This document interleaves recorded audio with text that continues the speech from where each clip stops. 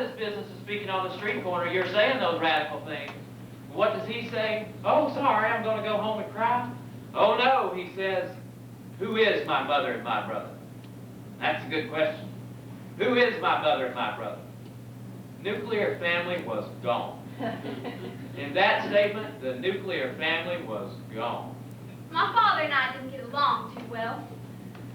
I think I had an anti-authoritarian streak in me that was much stronger than it was in my other sisters. This woman against the current just always came easily.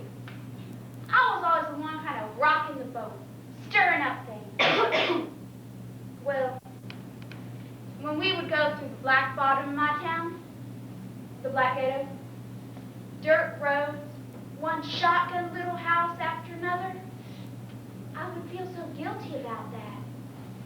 The racism. It was just a community in the South living in total denial.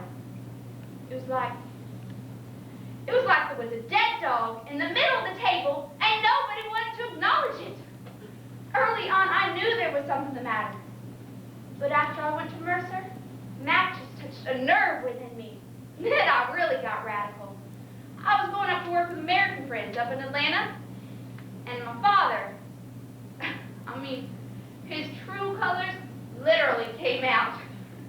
He found out it was going to be an interracial group, and he got our congressman to investigate them. And then he told me I wasn't going to do that. He said, You going to work in that group this summer, you'll end up bringing home a nigger to marry, and I'll have to shoot him. I didn't say anything back. I moved to Atlanta that summer and worked with the project.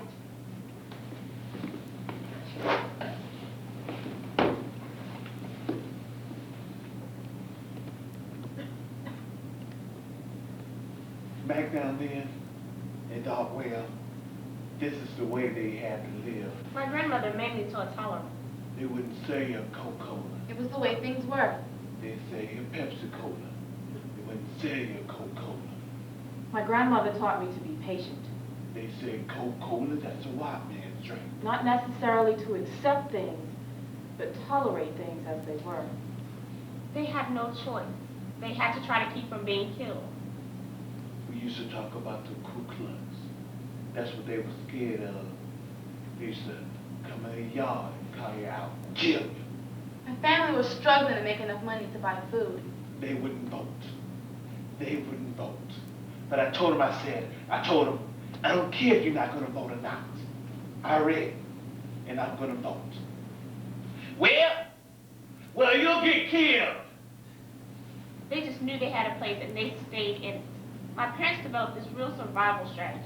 Just don't let it get you all upset. You know? You've got to be patient. You've got to be careful. Yes, sir. Of what you say. My daddy used to tell me about how the Ku Klux would tell him about, don't you vote. Don't let it get you upset. No, sir. And then they get him at night. Come in the yard and get him at night and kill him. Don't let it get you upset. I wanted that right. Don't let it get you. I didn't get angry. Don't let it get you. I wanted my rights. God's wish for separation of the races. Don't let it get you upset. My daughter, thou shalt not give unto his son. Don't let it get you. I wanted my rights and I read it. Don't let it get you upset. So I didn't get angry. I didn't get angry until later on.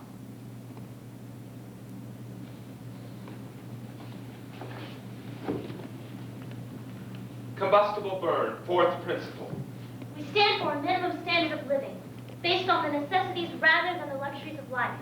Complete sharing beginning in our homes of the things we own with our brother who sacrificed and our neighbors who need. Let's show how quickly you oppose the culture, okay? Mercer had a ruling made by some of the religion department people that Clarence Jordan, the co-founder of Koinonia Farms, could not speak on the campus. Now that's official instruction. So what do? We go to Koinonia, an hour and a half southwest in Americus, Georgia. Clarence had a degree in agriculture from the University of Georgia.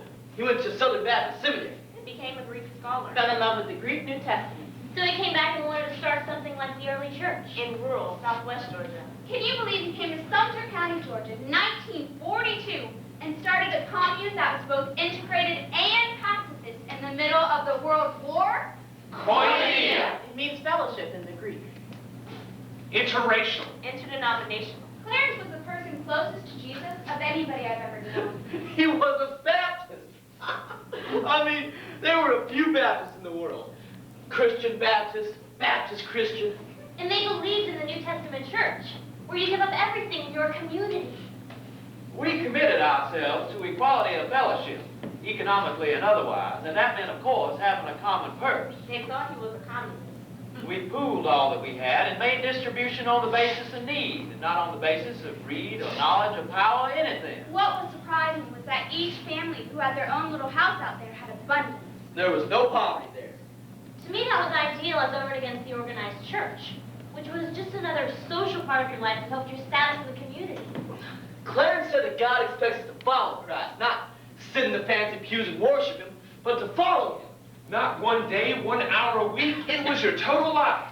That blew my mind. We have the time of our lives at Koinonia, living in poverty, drinking out of tin cans, sitting on nail kegs, having the highest theological world discussion. Far beyond what the university was doing. Koinonia. And then we'll go to the common mess, set little benches, 3 or 4 on each side, black and white together. Black people knew there was white folk. Clarence came here. Everybody was separated and sat to a table and eat together with white people. Most wonderful and merciful heavenly God. If you worked in the kitchen, worked for the white folks, that's as far as you got. It is because of our God that we have met here together, in spirit and in love. You work in there and prepare the food, take care of the children, the family, and all the babies. But you couldn't sit down like we sitting here together. You couldn't do that. And we cooked all this food. We prayed this evening, God, that you should give us love, that we should give each other care and each other love. And God, please accept thanks for this food that we have received. Amen. Amen. Yeah, this was paradise. Here, everybody was the same. We eat, we laugh, we talk, play together. When the Mercer students came down, they had a square dance down there together, black and white. Word spread around Sumter County of white men taking their meals with the Negro, dancing with Negroes. I had to go before a grand jury. They were doing an investigation on Koinonia, and they were asking questions. And one old man, boy, you could just see the hate in him. I mean, boy, he was turning red. He asked me. Who did you dance with? I danced with my wife. Where are all the white people when y'all dancing? They be there sometimes. Well, don't y'all exchange partners? Yeah, we exchanged partners. Well, yeah, dancing with them white women? Yeah, just a little bit. Well, don't you like dancing? Holding the white woman's hand. I said, I don't know if I do or not. Where you got all the money for these dances? You didn't call nobody Mr. and Mrs. down here in Koinonia. You call them by their name and you know nothing was ever thought about it. So I said, I get it from Florence Shirt. Who? Florence Shirt. Who did you say? Florence Shirt. Whose wife is that? Isn't that Clarence's wife? Yes, it is. You mean you call that white woman by her first name? I said, yeah, that's what she told me to call her. Boy, what you think would have happened to you if you were calling white women by their names weren't down there at that farm? I said, I don't know. And you know the Klan would have to respond. They burned a cross in my mother's front yard and then set the house on fire. At around 10 or 11 o'clock at night, sprayed gas across the front porch, put a pillow out there in the front yard with a gallon jug of gasoline in it, set it on fire. And then it was supposed to burn slow and then explode. My brother-in-law put it out before it exploded. And then the sheriff told her. Well, you know that's happening to you. Because of that boy you got over there at that farm. If he wouldn't leave, they'd leave you all alone. My mom says. Boy, come on out from over there. Most of the black people were afraid to work here because if they found out you were working here and living on this place, couldn't tell what's going to happen. You were in danger. Your life was in danger. And it was just, things just started falling apart, you know? And I just left. And then there was a big boycott of Koinonia produce. And they burnt up and dynamited the roadside market. Plus they had his insurance canceled. And he couldn't borrow money from the bank. They did everything they could to get him away from here. They started firing shotguns. firing shots into the farm. One day the Klan paid a call at Koinonia.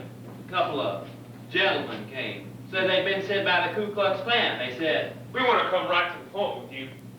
We want to let you know that we don't let the sun sit on any white man that eats with a nigger." Then I put on my broadest smile and stuck out my hand and said, "Well, I'm a Baptist preacher. I'm just so happy to meet you.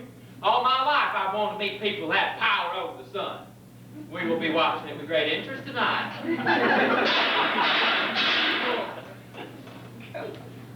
Before night was over, they raided that farm with machine gun fire. On January the 9th, 1957, machine gun bullets tore through the house. 2 nights later, the night riders returned, this time spraying bullets at a volleyball court where a cluster of Koinonia children were playing. Koinonia never retaliated.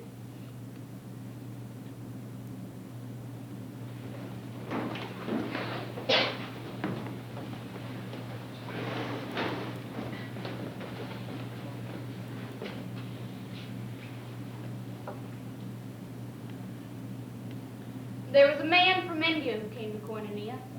He was Hindu. So one day he got curious and said, "I would like to go to church." So the Koinonians went to a little Baptist church near Koinonia, and the church people were not happy. They had a meeting and voted the Jordans out of the church for bringing in this black man. All my life, I've always thought of the church as a happy, positive, safe place. And I came to Koinonia. And I saw if you don't conform exactly to the cultural expectations, you can get in big trouble. I saw the church could be a dangerous place.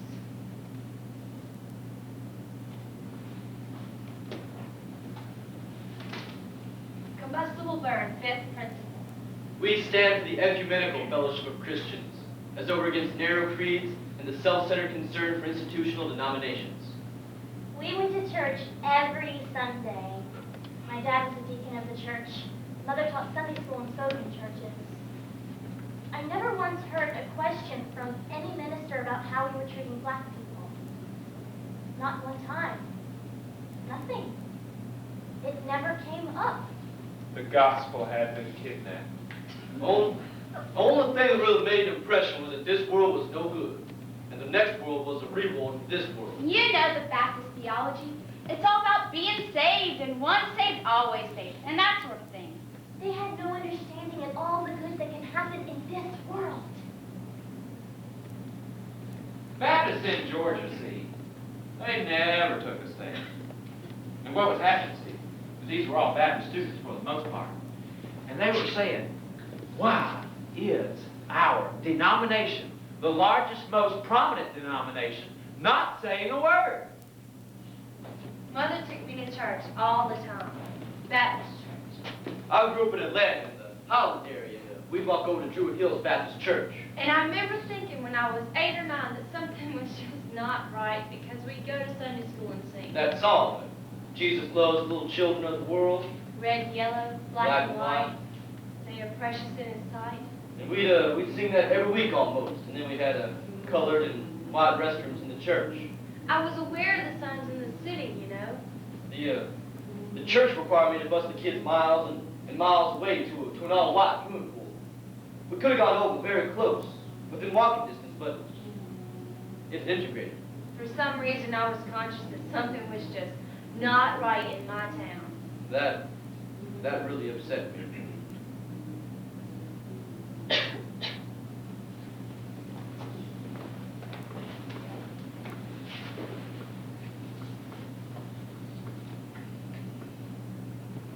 A lot of folk in the white community emphasize an understanding of religion that almost has nothing to do with social justice.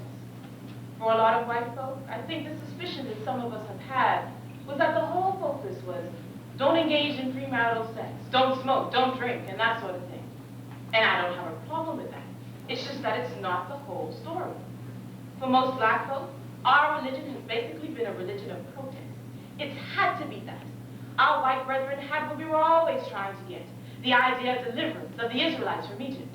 Our best preachers always picked on that. Themes of liberation, justice.